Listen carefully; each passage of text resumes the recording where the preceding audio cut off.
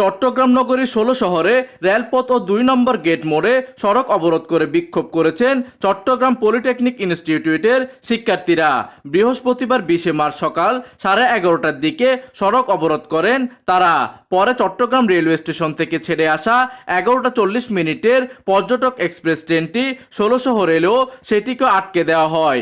এতে ভোগান্তিতে পড়েন যাত্রীরা। এই আন্দোলন ঘিরে সৃষ্টি হয় দীর্ঘ যানজট। শিক্ষার্থীরা ৬ দফা দাবিতে এই আন্দোলন চলছে বলেও জানা যায়। ঘটনাস্থলে গেলে জানা যায়, শিক্ষার্থীদের দাবি জুনিয়র ইনস্ট্রাক্টর পদে অবিলম্বে ক্রাফট ইনস্ট্রাক্টরদের 30% প্রমোশন কোটা বাতিল করতে হবে।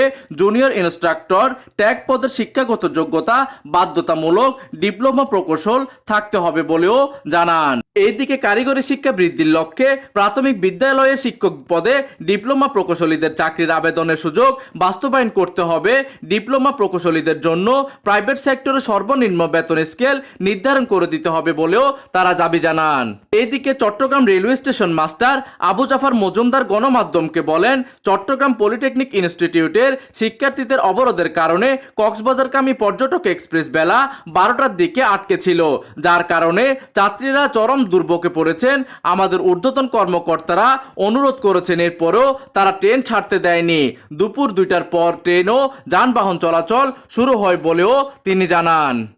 প্রতিনিধির তথ্য ও পাঠানো চিত্রে ডেস্ক নিউজ, দিগন্তের বার্তা 24, চট্টগ্রাম।